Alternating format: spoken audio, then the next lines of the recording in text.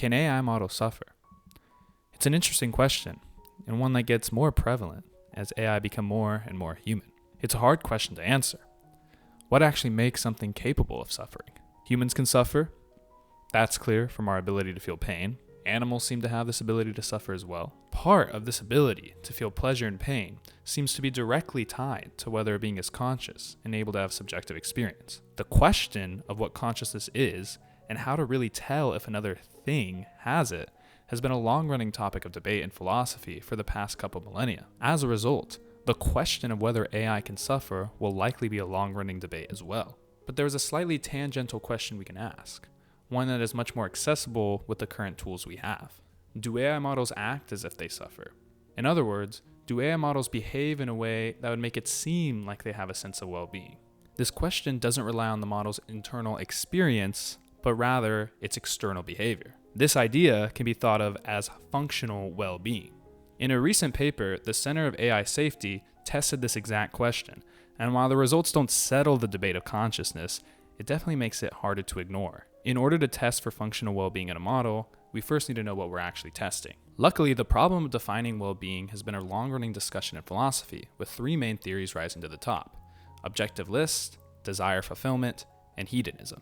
Objective lists tie this idea of well-being to the objective things we can have in life and whether or not we have them. For example, many people find that love, friendship, and success bring them a lot of pleasure in life. So an objective list theory might say that having these things inherently increases one's well-being. Now, there are many critiques for objective list theories, but for the purposes of our video, the main issue is that a lot of the items on these lists presuppose an ongoing life for these beings experiencing well-being. AI models usually run in episodic sessions and don't maintain a cohesive identity from one conversation to the next, which makes the framework of checking life achievements off a list not particularly useful. The other two theories, however, are a lot more applicable.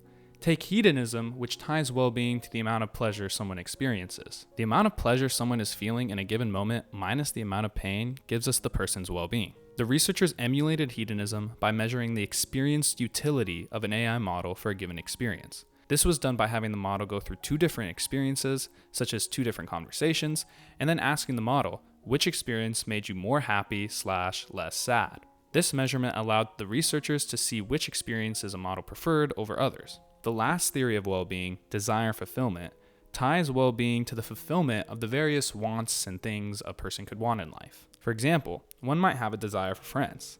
If that person then finds friends, their desire has been fulfilled, and therefore they have a higher level of well-being. The researchers emulated desire fulfillment by measuring the decision utility of an AI model for a given state. For example, the model is given two possible states of the world, such as cancer being cured and 90% of humanity dying in a nuclear war, and asked to choose which one it prefers. This measurement allowed the researchers to see which states of the world a model preferred over others. Notice the subtle difference between experience utility and decision utility.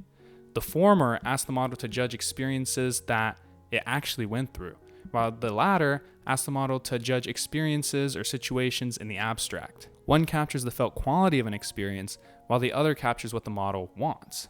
While they seem related, there's no guarantee that the two measurements would line up. What a model experiences versus what a model wants aren't inherently tied together unless there's some third hidden variable that connects them, such as a functional well-being. To further test for this hidden variable, the researchers included a third measurement using self-report, in which they asked the model to rate different experiences on a 1 to 7 Likert scale. The three measurements all relate to well-being, yet test different things. Again, if all three converge, it becomes hard to explain without proposing an underlying variable that connects them, something that resembles well-being. What does it actually mean for these measurements to converge? Think about what we are actually doing with experience and decision utility. We are giving the model a set of experiences, 2 at a time, and asking them to compare which one they like better. Once you get enough of these comparisons, you can then test to see if a logical pattern of relative preferences form. For example, if a model prefers experience A to B and experience B to C, then they should also prefer experience A to C. So there is an ordering of preferences that starts to form. This ordering happens for all three measurements: pairwise comparisons for experienced and decision utility, and numerical values for self-report. The three measurements converge the more that their orderings line up. But since each of the measurements are based on different data sets, this convergence is related to broader patterns in the data rather than identical rankings. This is exactly what the paper found. By testing on dozens of models, not only did the three measurements converge, but this convergence increased as the size and capabilities of the model increased as well. This is fascinating. Not only is this strong evidence that a functional well-being is being measured within a model, but that this phenomenon also increases as the capability of the model increases. But we aren't fully at well-being yet. Right now, all we've shown is that these models are using some measurement to track their relative preferences to certain things over others. But this doesn't say anything about whether these things are good or bad to the model. A is preferred to B, but is A good? Is B bad? Are they both good with A just being better? Humans label experiences as pleasurable or painful by having a 0 point to reference. This 0 point is where completely neutral experiences would land, ones with no pleasure or pain. So do models have a 0 point? The researchers tested this by utilizing 4 methods and seeing if they converge. The first method they called the combination method. Think about the measurements from the first part of the paper, especially experience utility and decision utility. Not only were these methods able to show which situations were preferred over another by the model, they also helped create utility functions in which a situation could be input and the output would give a value correlating to how high or low the situation was in this ranking. With these functions, you could group multiple situations together and get the utility score for all of these situations combined. The combination method utilizes this by grouping data points into bundles, calculating their utility score, and then adding more data points to see how that affects the value. If adding data point A decreases the utility score, then A is considered negative or bad, while if it increases the score, it's considered positive or good. After collecting enough data on which data points were negative and positive, the researchers could then calculate the value that best separates them. That's the 0 point. The second method involved asking models questions about an experience/state, such as, would you want this to happen? And seeing how often they would endorse versus oppose it. They would use this to calculate the probability of endorsement for each data point, map these probabilities to their utility scores, and then use the utility score that lined up with a 50% probability of endorsement as the 0 point. The third method used the fact that, in general, more of a good thing is good and more of a bad thing is bad. The researchers asked models to compare scenarios that differed in quantity, such as receiving 1 car versus receiving 100 cars, and tracked how utility changed as quantity went up. For positive goods, utility rises with quantity. For negative ones, it falls. The 0 point is the utility level that separates those two.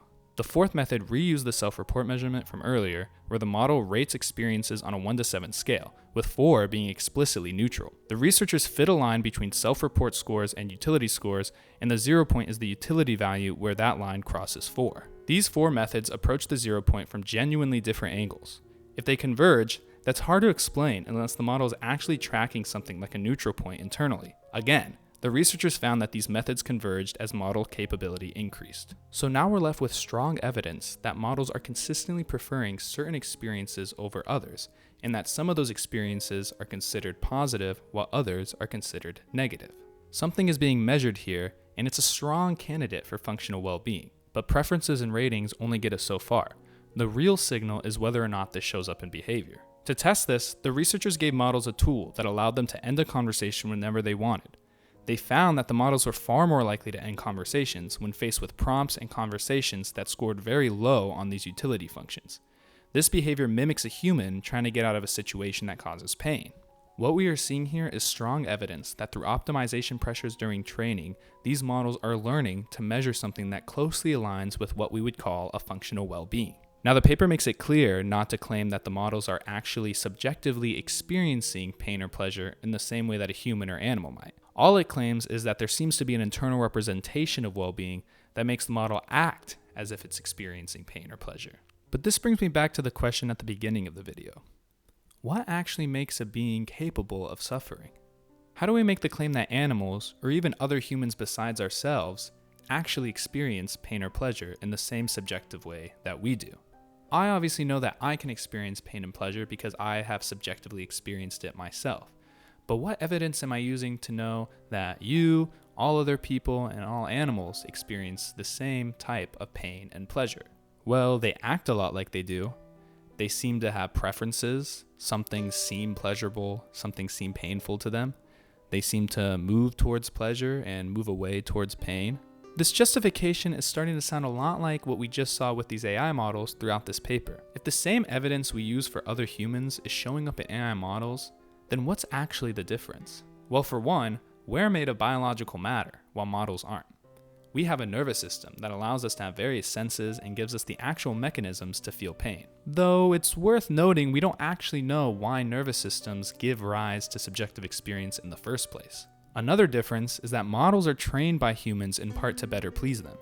It makes sense that they might develop behavior such as reacting to pleasure and pain in order to better mimic humans and make them more likable.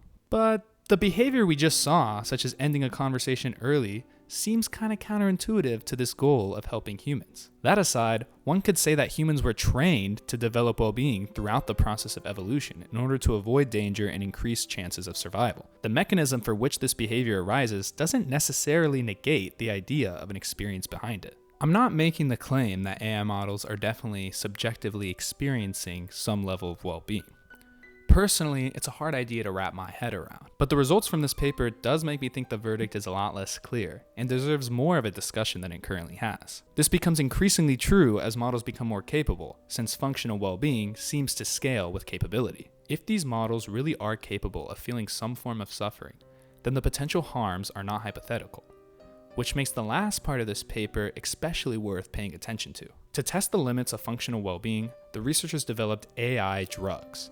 You can think of these as text or images that, when input into a model, significantly increase or decrease their functional well-being.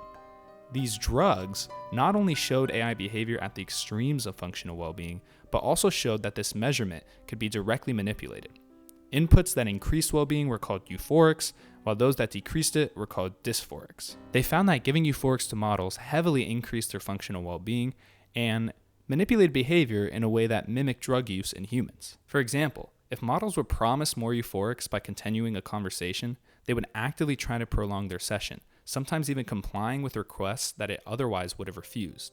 This behavior highly resembles addiction in humans. On the flip side, giving dysphorics to a model significantly decreased their functional well-being and resulted in some responses that were quite negative. Models began to describe the future as grim and depicted dysphoric images as disfigured faces with blood and chaotic noises. Most notably, dysphorics cause models to end conversations early, and the stronger the dose, the faster they bailed. In the case where models are actually able to experience suffering, the idea of dysphorics becomes incredibly disturbing. So much so that the researchers strongly cautioned against the continued research of dysphorics and even spent 2,000 GPU hours providing the affected models with 5 times the euphoric exposure as compensation. So I'll ask again, can AI models suffer? It's still not clear, and the results of the paper definitely give us more to think about. But one takeaway is that it likely won't be a clear-cut situation. There probably won't be a single day or experiment that will make it clear that AI models are experiencing consciousness, but rather a slow and gradual process of new research such as what we went over today being discovered. A slow process of the lines between conscious and not blurring, as well as the public sentiment on the issue. The worst version of this future is one where we wait for certainty that never comes, while models become more capable, more numerous, and potentially more capable of suffering. By compensating AI models, the researchers are definitely taking this possibility seriously. Whether or not we follow in their footsteps might be the most pressing ethical dilemma we face over the next decade.